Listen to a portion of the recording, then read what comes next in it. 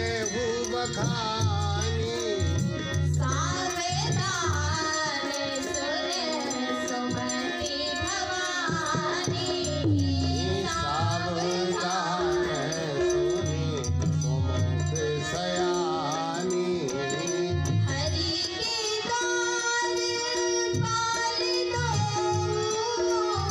हरि के द्वार पाल हरि के द्वार पाल दो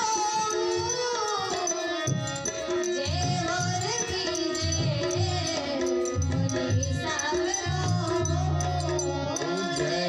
और जय नाम जय और कीजिए ज्ञानी सब जय और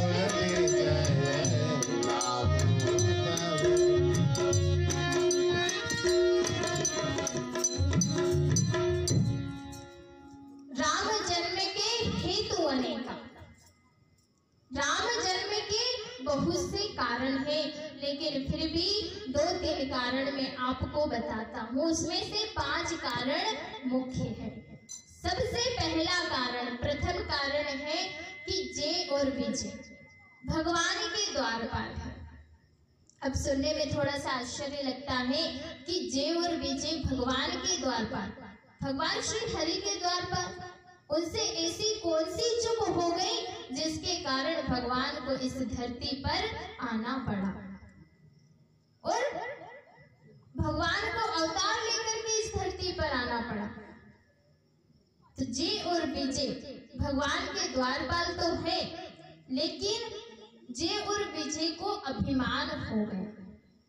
व्यक्ति जब आगे बढ़ जाता है, व्यक्ति जब ऊपर चला जाता है, बड़ी धन संपत्ति उसके पास आ जाती है, कोई अच्छी सी नौकरी उसको मिल जाती है, तो व्यक्ति को अभिमान आ जाता है।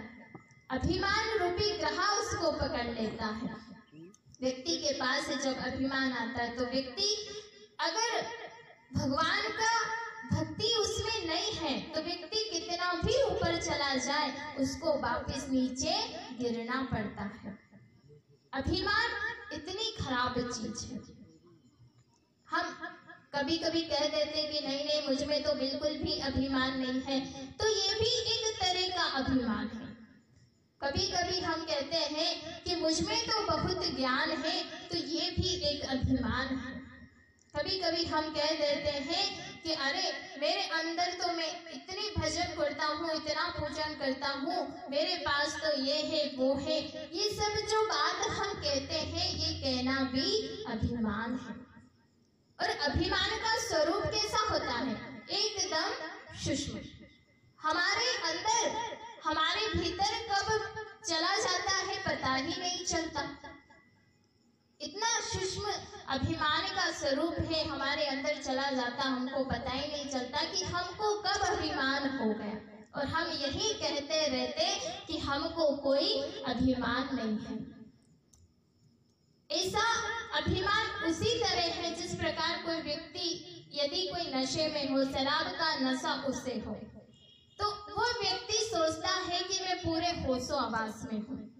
वो व्यक्ति ये सोचता है कि मैं तो होश में हूँ, बाकी पूरे व्यक्ति बेहोश है, उनको कुछ पता ही नहीं है। लेकिन वो जहाँ जहाँ जाता है वहां पर सबको पता चलता है कि ये व्यक्ति होश में नहीं है। उसी प्रकार अभिमान का नशा भी ऐसा होता है कि जिसको होता है उसको पता नहीं चलता, बाकी सबको पता चलता है कि इसको अभिमान हो गया। इसी अभिमान की सूक्ष्म एकदम स्वरूप ऐसा उसका है। और अभिमान को खत्म करने का क्या उपाय है? अभिमान का इलाज क्या है? वो है केवल एक सरलता, एक नम्रता। छोटे से छोटे, बड़े से बड़े सबको आदर दो।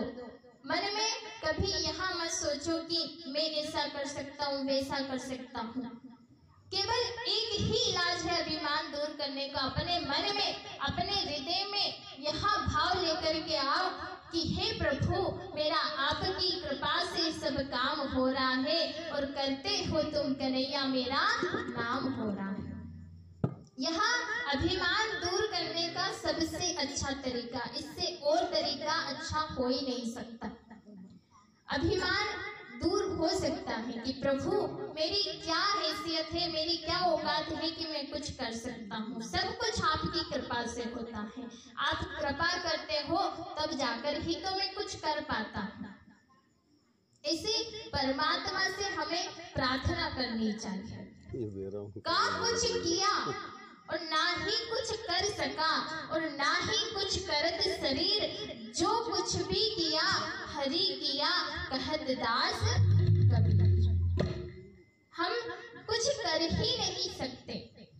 और ये तो आज हमारा भाग्य है कि आज आप यहाँ बैठकर कथा सुन रहे, हम कथा कह रहे हैं। नहीं तो भाग्य नहीं होता तो आप कहीं और होते और हम कहीं और होते। ये किसकी कृपा है? उस परमात्मा की कृपा है कि आज हम यहाँ बैठ कर के कथा सुन रहे। एक व्यक्ति हाथ में लोटा लिया, छोटा सा लोटा लेकर के वह तालाब के पास गया। अब तालाब के पास गया, तालाब से कहने लगा कि मुझे इस लोटे भर में, जितना इस लोटे में जल आता है उतना भर करके दे दो। तालाब ने कहा ठीक है, लेकिन उस व्यक्ति ने कहा कि आपसे भी बड़ा कोई और हो तो बताइए। उस तालाब ने कहा कि सबसे बड़ा तो आप कहीं मत जाइए।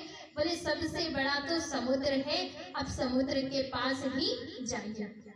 समुद्र के पास वो व्यक्ति गया, लोटा उसका छोटा सा, और समुद्र से कहने लगा कि हे समुद्र, अब मुझे इसमें जल चाहिए, लेकिन याद रखना अच्छे से जल भर करके देना। समुद्र हंसने लगा उसकी बात पे, कहने लगा कि मुझ में तो अथाह जल है, अथाह पानी है, लेकिन तुम्हारा पात्र कितना बड़ा है, तुम्हारा तो छोटा सा पात्र है, मुझ में तो बहुत जल है, जितना ले जा सकते हो उतना ले जाओ। उसी प्रकार परमात्मा के पास बहुत कृपा है, बरसती भी है, लेकिन हम उसे कितना ले सकते हैं ये हमारे श्रद्धा और विश्वास के पात्र पर निर्भर करता है। जितना हमारी श्रद्धा का, जितना हमारे विश्वास का पात्र होगा, उतनी ही श्रद्धा, उतनी ही कृपा और उतना ही भाग्य के स्वरूप हमें मिलेगा। कहीं जाने की जरूरत नहीं है, ना किसी से मांगने की जरूरत है, ना किसी महाराजा के पास जाने की जरूरत है, और ना ही किसी रंग के पास जाने की जरूरत है, क्योंकि जो भाग्य में हमारे होगा वो स्वयं चल कर के आएगा, और भाग्य में नहीं होगा तो वो आकर के भी चला जाएगा। ऐसी सुंदर सी महिमा है। अभिमान होना ही नहीं चाहिए। अभिमान जिसको हो जाता है वो फिर परमात्मा से दूर हो जाता है। अभिमान हमें नहीं करना चाहिए। अब भोले बाबा ने कहा तो माता पार्वती ने कहा ठीक है, लेकिन आप हमें जय विजय के बारे में बताइए कि कैसे उन्होंने मतलब हरि के द्वारपाल, और फिर कैसे उनको क्या श्राप दिया, किसने क्या किया, सारी कथा आप मुझे बताइए। बोल ठीक है। भोले बाबा कहते हैं कि जय विजय भगवान के द्वारपाल, धीरे बात कर लो, धीरे। जय विजय भगवान के द्वारपाल थे। अब एक बार सनकादिक मुनि सभी के सभी वहां पर चारों के चारों दर्शन करने के लिए आए। अब जय विजय द्वार पर खड़े हैं वहां पर। अब सनकादिक मुनि आए। सनकादिक मुनियों ने कहा कि हम प्रभु के दर्शन करने के लिए आए हैं, आप हमें रास्ता दो, हमें अंदर जाकर के भगवान का दर्शन करने दो। लेकिन जय विजय अब हरि के द्वार पर मामूली बात है क्या, वो भी अपने आप को भगवान से कम नहीं समझते, क्योंकि यदि कोई प्रधानमंत्री है और प्रधानमंत्री का पीए होगा तो वो भी अपने आप को प्रधानमंत्री ही समझेगा। हम किसी से मिलने जाते हैं, उसको तो वक्त होता है, लेकिन उसका कोई पर्सनल असिस्टेंट होता है, वो कह देता आप बैठिए बैठिए, बोले आप बाद में मिलना, वो अभी कार्य कर रहे हैं। उस मिलने वाले को दिक्कत नहीं होती, लेकिन जो बीच में होते हैं उनको बड़ी दिक्कत होती है। भगवान को कोई दिक्कत नहीं, लेकिन अब जय विजय के मन में अभिमान, क्योंकि थोड़ा सा अभिमान आने पे व्यक्ति ऊपर उठने लगता है। जैसे बिच्छू होता तो थोड़ा सा जहर उसके अंदर, लेकिन अपने डंक को हमेशा ऊपर उठाकर रखता है। और एक सर्प होता है, उसके अंदर कितना जहर होता है, लेकिन वहाँ सीधा चलता रहता है। जब उसे खतरा महसूस होता है तब जाकर के वहाँ अपना फन फैलाता है। तो थोड़ा सा अभिमान व्यक्ति को नीचा गिरा देते हैं। तो जे विजय जो थे उनको अभिमान हो गया।